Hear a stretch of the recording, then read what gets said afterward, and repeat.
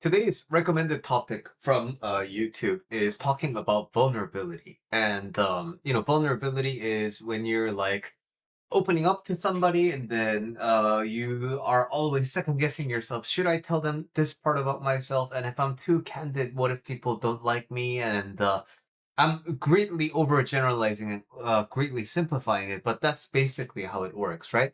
And but, so how do we deal with being the vulnerability? How do we deal with being scared to be intimate with other people? We just have to really understand that we are just who we are, and some people will like it, some people won't. But that's a little bit too simplistic, and if it were that easy, you wouldn't have a problem in the first place, right? So let's, instead of talking about just the general topic of vulnerability, let's talk a little bit about what motivates vulnerability, and more importantly, what motivates self-impression. Basically, right? When we have a opinion about something, I think we tend to fall into kind of like two extremes. We fall into one of these two general buckets. One is we follow what other people tell us. And so basically, I am wearing a black shirt right now, right? And according to my wife, black is a color that suits me pretty well. So she recommends that I wear black. But the thing is, I don't really have the sensibility in my eye to be able to tell, hey, does this color look good on me or not? I don't know.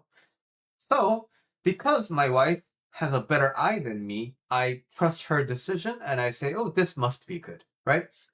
And the crazy thing is, if 10 of you suddenly write a YouTube comment and you tell me, no, Billy, actually, green I think would look better for you, then guess what? Because I don't really have a big opinion on this, I am inclined to listen to that, mass opinion. This is a human trait that is found in anyone. It is basically our deep brain's default way of obtaining knowledge.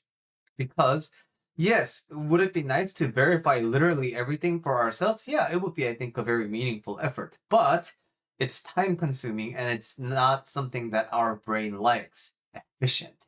Our brain really likes efficiency. So because of this, right?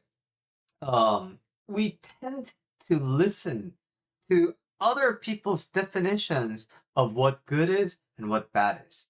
So, suppose I have a bit of a tick, or maybe a really light tick. Maybe every time pause while talking, I have a habit of like wiping my nose, right? Like this. And when this sticks, it's usually unconscious. I'm not aware that I'm doing this, right? And now, when other people point it out, what's my impression of it going to be? Well, if 10 people say this is kind of cool, like your body language is just exudes coolness, then guess what? You're likely to start forming the idea that, hey, this is a cool thing that I do. But if 10 people, it's the same gesture, but they're like, that's stupid. Why are you doing that? That you're making me feel anxious. Then it's like, oh, am I doing something bad? Right? Should I not be doing this? This is how the human mind generally tends to work. So, when you have qualities, right, that other people frequently describe as bad, you are likely to believe that you have a bad quality. If that's one end of the spectrum, the other end of the spectrum is I don't care what anybody says, I'm right. So this is kind of like I know I have a good personality and everybody else is just wrong about me. This is the kind of the strong personality that leads to a lot of interpersonal conflict because these are the type of people who are unlikely to cede, unlikely to kind of meet other people in the middle because they're so sure that they are right, right?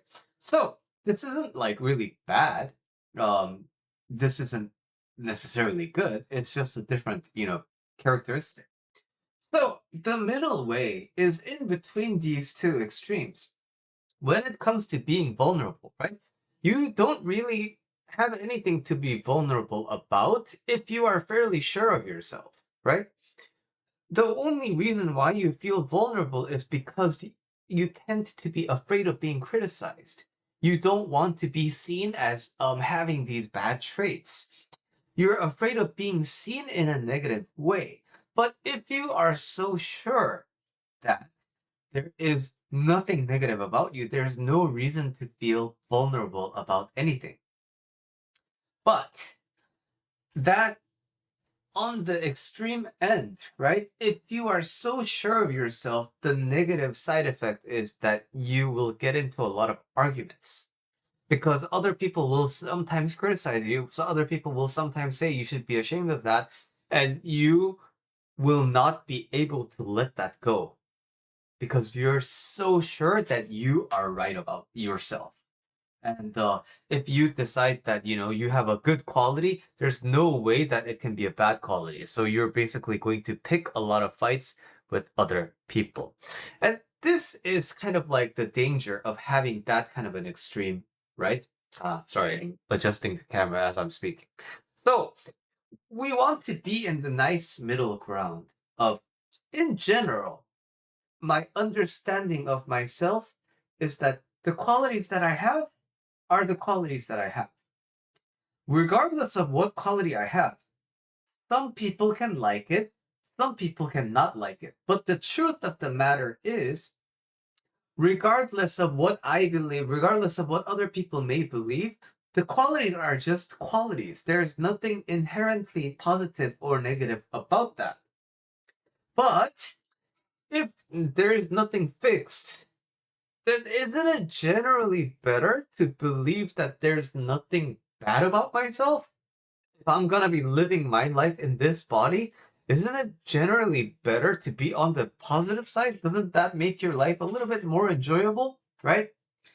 But when other people give you feedback about yourself, then if you can open your mind to explore, oh, so from this person's perspective and in this context, the way I am can be accepting of some feedback. And I think it would benefit me to change my ways a little bit so that I adapt to the situation slightly better.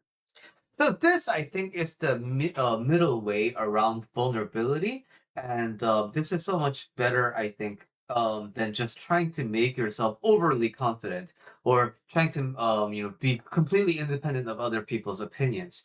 There has to be a middle way because there's nothing inherently right or wrong.